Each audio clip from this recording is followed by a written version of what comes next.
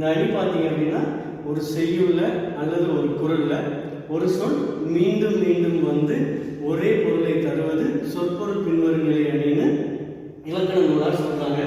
இந்த அணியை எப்படி எடுத்துக்கலாம் அப்படின்னா சொல்ல முதல் கொண்டு வரக்கூடியதாகவும், இரண்டாவதா பொருளை முதல் கொண்டு பின்வரும் நிலையாகவும், சொல்லும் பொருளும் சேர்ந்து வரக்கூடிய நிலையில சொற்பொருள் பின்வரும் நிலையாகவும் இதை எடுத்துக்கலாம்.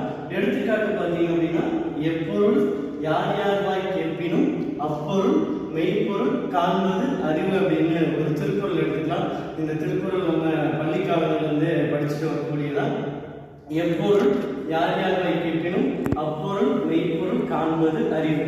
இந்த திருக்குறளை பார்த்தீங்க அப்படின்னா பொருள் அப்படிங்கிற சொல்லு 1, 2, 3 இடங்கள்ல தொடர்ந்து மீண்டும் மீண்டும் வந்து ஒரே பொருளை தருவாங்க. அப்ப யார் என்ன பேசினாலும் அந்த பொருளை கேட்டுக்கிட்டு, எதை பேசுறாங்களோ அந்த பொருளினுடைய உண்மை தன்மையை கேட்டுட்டு அதனுடைய மெய்ப்பொருள் தன்மையை அறிவது தான் அறிவு அப்படின்னு சொல்றாங்க. சொல்றதை எல்லாத்தையும் அப்படியே கேட்டுக்கிட்டு ஏற்றுக்காம அதனுடைய உண்மை தன்மையை நாம அறிஞ்சுக்கணும் அப்படிங்கிறத உணர்ந்து சொல்லக்கூடிய வகையில தான் இந்த அணியை சொற்பொருள் பின்வரும் நிலை அணின்னு பார்க்கலாம். எடுத்துக்காட்டா இன்னொன்று பார்த்தோம் அப்படின்னா எல்லா விளக்கும் விளக்கல்ல சான்றோருக்கு பொய்யா விளக்கே விளக்கு. இந்த திருக்குறளை பார்த்தீங்க அப்படின்னா விளக்கு அப்படிங்கிற சொல்லு 1, 2, 3, 4 இடங்கள்ல வருது. எல்லாருக்கும் ஒளியை தரக்கூடிய, தீபத்தை தரக்கூடிய, வெளிச்சத்தை தரக்கூடிய விளக்கானது எல்லா விளக்கும் விளக்கல்ல, எல்லாத்துக்குமே அது போய் சேரக்கூடியதா இருக்கு. ஆனா சான்றோருக்கு பொய்யா விளக்கே விளக்கு அப்படிங்கிறார். சான்றோரா இருக்க உண்மையா வாழக்கூடியவங்களுக்கு பார்த்தீங்க அப்படின்னா பொய் இல்லாம நீதி நெறி தவறாம அறத்தோடு வாழக்கூடியதான் வாழ்க்கை அப்படின்னு சொல்றாங்க. அதைத்தான் எப்படி சொல்றாங்க அப்படின்னா எல்லா விளக்கும் விளக்கல்ல சான்றோருக்கு பொய்யா விளக்கே விளக்கு. இதுல விளக்கு அப்படிங்கிற சொல்லு பல இடங்கள்ல திரும்ப திரும்ப வந்து ஒரே பொருள், அதாவது வெளித்தரக்கூடிய பொருளை தருவதனால இந்த அணிக்கு பேர் பார்த்தீங்க அப்படின்னா சொற்பொருள் பின்வரும் நிலை அணி அப்படின்னு சொல்றாங்க. இப்ப அடுத்ததான் நம்ம பார்க்க போறது பார்த்தீங்க அப்படின்னா அடுத்த அணி நிரல் நிறை அணி அப்படின்னு சொல்றாங்க. இந்த நிரல் நிறை அணி பார்த்தீங்க அப்படின்னா 2 வகைப்படுத்துறாங்க. ஒண்ணு நேர் நிரல் அணி அப்படின்னு சொல்றாங்க. அப்ப நேரடியாக பொருள் கொள்வது. இன்னொன்று பார்த்தீங்க அப்படின்னா எதிர் நிரல் நிறை அணி அப்படின்னு சொல்றாங்க. இந்த எதிர் நிறை அணி 2 வகையாக இருக்கிறாங்க. அப்ப சொல்லையும் பொருளையும் வரிசையாக வச்சு அதனோடு தொடர்புடைய, அதற்கு தொடர்பாக இருக்கக்கூடிய பொருளை தரக்கூடியதான், நேரடியாக கூறக்கூடியதான் நிரல் நிறை அணி அப்படின்னு சொல்றாங்க. ஒரு எடுத்துக்காட்டு பார்த்தீங்க அப்படின்னா அன்பும் அறனும் உடைத்தாயின் இல்வாழ்க்கை பண்பும் பயனும் அது.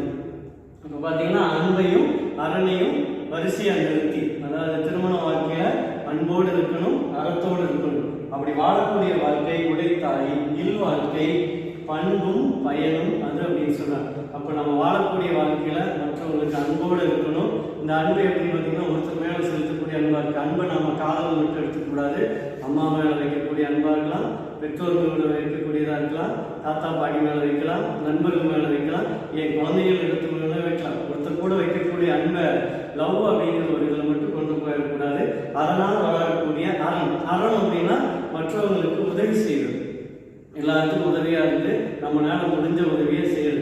இந்த 2ம் ஒருவருடைய வாழ்க்கையில இருந்துச்சு அப்படின்னு பார்த்தீங்க அப்படின்னா இல்வாழ்க்கையில பண்பும் பயனும். இதனால் அன்பினால் விளையக்கூடிய பண்பு என்ன, நல்ல குணங்கள் இருக்கும். அறத்தினால் வரக்கூடிய பயன் என்ன அப்படிங்கிறத நாம உணர்ந்து செயல்படும். அப்ப அன்போடு சேர்ந்த அறனும் அறனோடு இருக்கக்கூடிய இல்வாழ்க்கை. இன்னைக்கு வாழ்க்கையில் பார்த்தீங்க அப்படின்னா பெற்றோர்ல அம்மா அப்பாவுக்கு 2 பேருக்கும் புரிதல் இல்லாத சண்டை இருக்கு. இந்த சண்டையினால பெரும்பான்மையை அந்த சண்டை குடும்பத்துல போறதுனால வாழ்க்கையில நிம்மதி இல்லாம இருக்கு. இவங்களுடைய சண்டையினால பார்த்தீங்க அப்படின்னா அவங்களோட குழந்தைகளும் பாதிக்கப்படுறாங்க.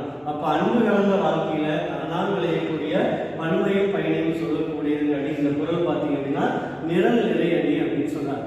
இந்த நிரல் நிறை அணியில தண்ணியாளர்கள் என்ன சொல்றது அப்படின்னு பார்த்தீங்கன்னா நிரல் நிறுத்து இயற்றுதல் நிரல் நிறை அணியே அப்படின்னு சொல்றாங்க. இப்படி சொல்லக்கூடியது பார்த்தீங்க அப்படின்னா நிரல் நிறுத்து, அதாவது அன்பு அரண் இதை நிரலா நிறுத்தி இதனால் வரக்கூடிய பண்பையும் பயனையும் சேர்த்து சொல்லக்கூடியதா நிரல் நிறை அணி அப்படின்னு தண்ணி அலங்காரம் சொல்லுது. இந்த இதை பார்த்தீங்க அப்படின்னா 2 வகைப்படுத்துறாங்க. ஒன்று நேர் நிரல் அணி, இன்னொன்று எதிர் நிரல் நிறை அணி அப்படின்னு சொல்றாங்க. அப்ப இந்த 2 அணிகளுமே பார்த்தீங்க அப்படின்னா நம்ம வாழ்க்கையோட தொடர்புடையதா இருக்கு. அப்படி இந்த அணிகளை நாம சரியா இலக்கண நூலாக பயன்படுத்தி இருக்கிறாங்க. வள்ளுவரும் பயன்படுத்தி இருக்கிறாரு, புலவர்களும் பயன்படுத்தி இருக்காங்க. இந்த அணியை பிற்கால வாழ்க்கையில நாமளும் எடுத்து நம்ம வாழ்க்கையை பயனுள்ளதாக ஆக்கிக்கணும் அப்படிங்கிறது இதன் மூலியமா நாம் புரிஞ்சுக்கலாம். நன்றி.